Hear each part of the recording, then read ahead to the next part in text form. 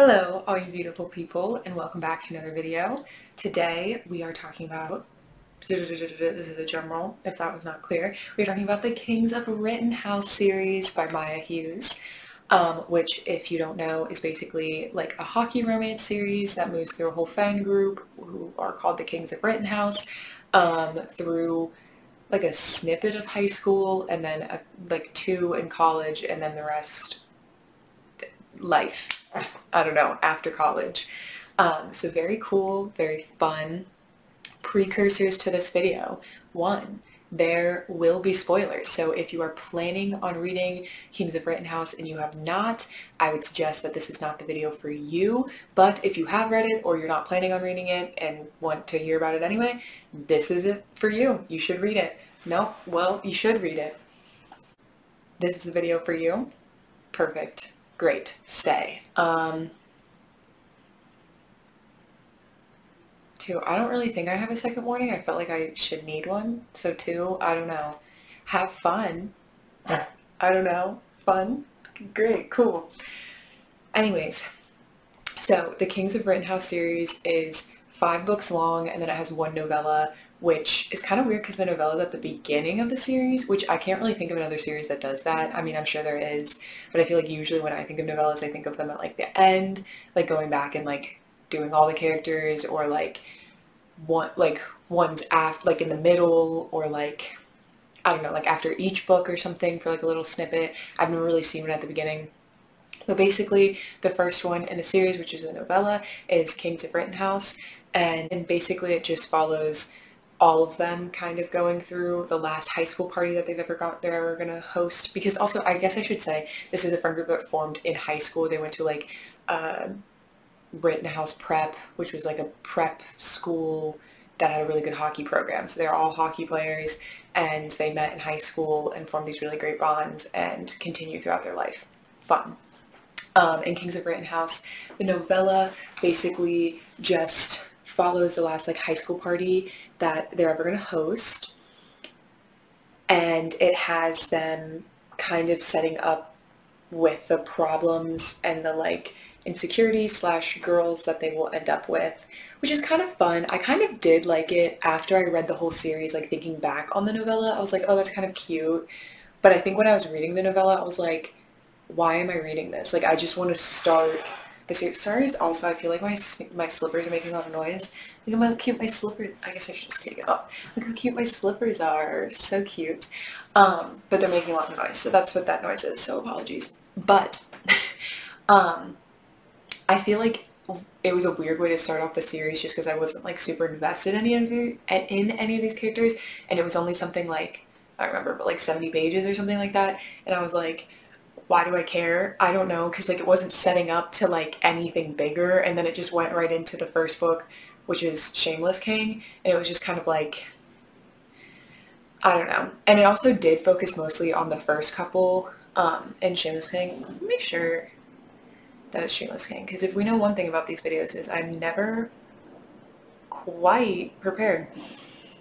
Okay, so I was right, and it is Shameless King is the first book, the full book. But anyways, it kind of sets up Declan and Mac's story, which will be Shameless King, the first book in the series, the most. But I don't know. Again, I just wasn't super into it. The idea of a novella at the beginning, not my cup of tea, but whatever. It's kind of non-consequential. Great. So we move into the first book, which is Shameless King, and this follows, as I said, Declan and McKenna's story, and they're enemies to lovers, and it's like they are in their senior year of college, and Declan kind of like doesn't take college super seriously, and Mac's like on pre-med, and she like is super on top of all that stuff, and it's really important to her, and they get paired up in this class that they both had to take that they like didn't get the credits for earlier, and they get paired up for a project that's like really important to both of them, because he has to pass the class so he can play hockey, and she has to pass the class so she can like get into her pre-med, or to get into med school. So fun. So kind of forced proximity because of the project. I didn't love the book. I think it had fun ideas, and I think it was like a fun premise. I just wasn't the biggest fan of it in totality. I can't really tell you why. It just was one of those that just like didn't really quite hit for me. I know the conflict felt very like convoluted to me. I was just like, this is such a simple fix. I don't really know why this is like the conflict of the book. Like, you know what I mean? I'm not gonna say what it is, but it's really silly to me. So that kind of annoyed me. And I don't know, I'm not the biggest Mac fan. She didn't do anything wrong. I don't like dislike her for any justifiable reason. I just like vibes are off. I don't know. Like I probably wouldn't really like be super close friends with her in real life, so I'm just like missing that connection. And Declan was like take him or leave him. I don't know. It wasn't super anything. The next book in the series after that is Ruthless King, which is Heath's book with, I think it's Kara. I've been saying Kara, but it's Kara. I've been saying Kara. I don't know. Kara. I'm going to say Kara for the rest of the video. Sorry if that's not correct. But, so this is Heath and Kara's book, and basically it's Heath is in his senior year. He goes to the same school as Declan goes to. They're the only two that finish college of the Kings, of Rittenhouse, the Kings. And he is in the second semester of his senior year, and yeah, great. He's like known for being a very chill, very like easygoing guy. A lot of people call him like a surfer dude type beat. Basically their story is that Heath he changes his classes to have like a I don't know, like a free, what the heck do they call it? Independent study, that's what it's called. He has like an independent study, which basically is just like you kind of do a project on your own, but then you check in with like a professor or a TA or something that help you guide through it, and then you usually have like a thesis or something that you have to present at the end, or a project you have to present at the end. Great, cool. So he's doing that, and Kara is a graduate student. She is trying to be a professor. She's trying to get a PhD, yes, and go into like academia. And she and Heath meet one night randomly at a bar, yeah, and they end up having some fun, and they start like liking each other and like hanging out more and everything. But then since Heath changed his class at the last minute, there was only one TA that could help, and that just happens to be Kara. So then the story is kind of, it's like forbidden love, I guess is what it would be called, because like she's now his teacher. Not really his teacher, because it's like she's his TA and she doesn't control his grade, but she has like she has to like suggest what they should kind of give him for a grade. Like she still has like kind of some sway in it. So it's like very weird situation, and like if like people knew that she was dating him, that could mess up with like her PhD and getting her like start in academia and everything like that. So they go through this journey. I liked this book a lot. I really like Heath. I'm just a sucker for like I don't know what to call it. I guess like a golden retriever type beat of just like has a lot of energy, is super sweet, super loyal, and I don't know. That always stay. The hair behind my ear won't stay. I just always think it's so fun. So I don't know. I loved Heath. And that very much made this book higher in my ranking, I think, than like other people's, just because I liked Heath so much. But I thought the plot was good. I thought it was very interesting. I'm trying to debate if I should tell you one of the major plot points, but I feel like I guess I said there's spoilers. So, spoilers. So Declan and Heath, as I said, go to the same college, and they're seniors on the team, and their captain is Preston, and he's this like super amazing guy who like walked onto the team and earned his spot, and then earned like the captainship. Everyone really respects him. He's like amazing. During the Heath's book, he gets into a car crash with his girlfriend, Imogen, and he ends up dying, which is really hard for Heath. I mean, it's hard for all of them, but it's hard for Declan and Heath mostly. And I only tell you this because Imogen comes up in a later book. So, yes, I don't know. But, yeah, so it gave me very, though, like, Dean and Allie vibes also. Whatever book that is in the series. Is that The Score? I think that's The Score, the Off-Campus series by O. Kennedy. Next book in it is Ruthless King. This is one of the ones I was looking forward to most because I actually read, there's Maya Hughes has another series called the Fulton U series, and I read the Fulton U series first. I read that like the end of last year, which I didn't realize, but Kings of Rittenhouse was written first, and they're in the same universe, and then it's like Fulton U's like after that, which doesn't really matter, but the couple in Ruthless King was in it, aka Emmett and Avery, the third book. They were in Fulton U. They were in the third one mostly. I think it's called The Third Best Thing. And I didn't realize the whole time until like the very end. I was like, you know what? They keep bringing up this random couple.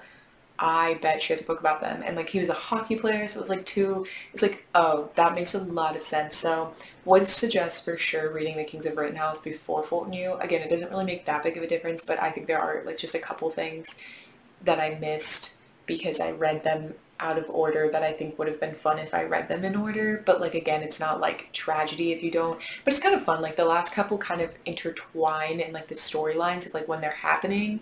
I can talk about that more, but because of that, I was looking forward to Ruthless King because I already had seen Emmett and Avery in action, kind of like when they were like already good, like the after effect.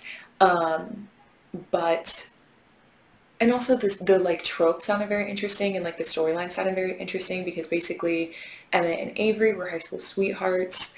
They dated from like sophomore year of high school to I believe senior year, and at this like senior party that's in the prequel or the novella, whatever, Kings of Rittenhouse, Emmett is gonna propose to Avery, has a ring, all of that, so excited to, and then he finds out that Avery cheated on him.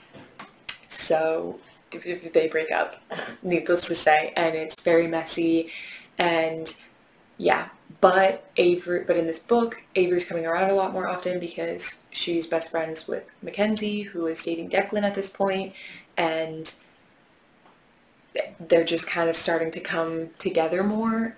So Avery's around more, but both Avery and Emmett like don't want to see each other at all, like ever, and they get mad at the other, like the whole group, if they like bring them along when they know the other person's coming. So it's a lot. And it turns out that Avery's not really telling the whole truth of what happened that night, and that it's not as it seems. So it's a second chance romance, and yeah, I guess that's all the trope is. It's just second chance romance, which I've talked about second chance romances on this channel before, I know, and I think it was with Love Her or Lose Her by Tessa Bailey. But I am not the biggest second chance romance fan, just because I'm like, I love the falling in love more than like the re-falling in love. But I will say this is an example of like a second chance romance that I did enjoy, because it was like they were together and then they have had time apart, and now they're finding their ways back to each other, versus like they've been together the entire time, they've just started having problems and like it's nearing the end. I don't like that as much, so I liked this one more. Very exciting. Fearless King is the next book, which is Ford and Olivia's book. I was so excited for this. It has some of my favorite tropes. It's brother's best friend. It's like, I mean, it's not really, well, I was about to say forbidden love. It's not forbidden love. It's just like brother's best friend. It's like slightly age gap. And what else is there?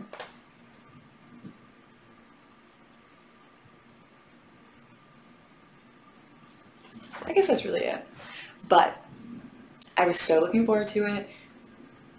Basically, the premise of the book is that Olivia is Colm's little sister, which Colm is the final book, Heartless King, so we'll talk about him soon. But Colm is is Olivia's older brother, and he is best friends with Ford, who both of them are kings, obviously. This is Kings of Rittenhouse. And basically, Olivia and Colm's parents died tragically in a car accident when Colm was in his senior year of high school. So he kind of had to take over and raise her from when he was 18. And I think she was supposed to be, I think she's 5 years younger than them. So he had to raise her basically. And I think when the book starts up, she is going to be, I think she's a senior in college. So yes, so basically Colm has been injured, and he has been away in LA, I believe it is, rehabbing his knee, which he injured. So he's been away from Olivia and like not really keeping tabs on her as much. Olivia is, like I said, a senior she goes to Fulton U, actually, which is how like it intertwines with the Fulton U universe. She is roommates with Marissa, who is in the 4th book in the Fulton U series. I think it's like 4th times the charm or something like that. And Ford and Olivia are in the 4th book. But yes, she's a senior and she's in pre-med, and she's like working herself to the bone trying to get into med school, which she's kind of having her doubts if she even wants to do that, but Colm's kind of putting a lot of this pressure on her to be a doctor because both of their parents were doctors, and so she kind of feels like she has to like live up to like what they would have wanted for her and like the job that they would have wanted her to do. And then she's always had a crush on Ford, but obviously Ford is 5 years older than her, so it was like a no-go for a very long time. And then they finally kissed at Declan and McKenna's wedding, and Ford was all excited, Olivia was all excited, and then something happens, and they kind of both think that it's better if they don't bring it up again. So they don't really talk about it, and they kind of grow apart. Like they used to be best friends, and now they like don't talk anymore. And then something also happened between Ford and Colm, so they're not as close anymore, but Colm still trusts Ford and is like, hey, can you check up on Olivia? She's acting kind of weird, and I want to make sure she's like staying on track and like making sure she's going to medical school and all that stuff. I don't know if you can hear that, that's my radiator, so apologies for that. But so Ford does that, and he starts hanging out with Olivia a lot more. Things happen. It's very fun, very flirty. I liked this book. I don't think I liked it as much as I hyped it up in my head to be. I don't think it was as good as it could have been, because I think it has some of my favorite tropes in it, like I said. Like the tension, I think, could have been more, and I don't know. I just wish it was longer, I think, because I think they could have drawn out the tension more and drawn out a lot of other things in the book that I think would have just made it better. But I didn't dislike this book by any means, for sure not. Still liked it. Still one of my favorites in the series. Yeah, so overall very good. Last but not least, we are on the final book of the Kings and Rittenhouse series, and that would be Heartless King, which is Colm and Imogen's book, which I don't know if I'm saying her name right. It's Imogen. I literally looked up how to pronounce it, and I'm pretty sure it's Imogen. So apologies if I'm mispronouncing that. But anyways, so you might remember Imogen from, I think I talked about her in Heath's book, which is Ruthless King. She was the girlfriend of Preston, the captain who died, who was like a great guy. So this is 5 years later after he died, and she's still like friends with all the kings. Like they're still super nice to her, but like she's not really in the group because like Preston's not there, so it's like there's no guy that's hanging out with them, but like everyone's still nice to her and like still invites her to dinners and everything. It's just like she doesn't go all the time, and she just feels like kind of guilty, and like she doesn't really know if they want her there or just like feel bad because of Preston. And she's still kind of like dealing with obviously Preston's death. Like even though it's been 5 years, she still has a lot of complicated feelings about it, and especially because they had been dating it since like 8th grade or something, so it was like her longtime love. They thought they were going to get married and like have kids and had this whole like plan for their lives, and then it got taken away from her, and she's still kind of trying to deal with that on her own while also like helping his parents run their restaurant and like be strong for them. So it's all very kind of complicated and hard for her, but she's doing her best. And Colm basically has gotten injured again. After he just healed his knee, he injures it again when he's trying to fight Ford for what happens in Fearless King, aka Ford and Olivia's book.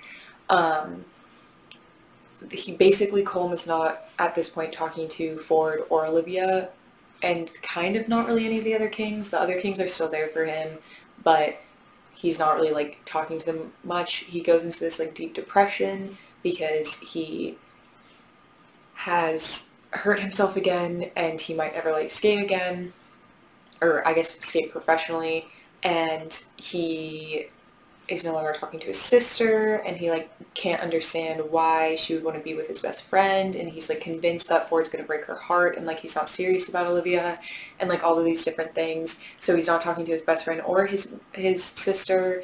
So it's all he's kind of just a mess. But before I guess that happens, Imogen and Colm have a night together, and they're both like, oh my gosh, that was so great, like I like him so much, like I've liked her for forever, like this is so great, we're gonna like start something. And then then things explode and he starts going into this depressive episode basically.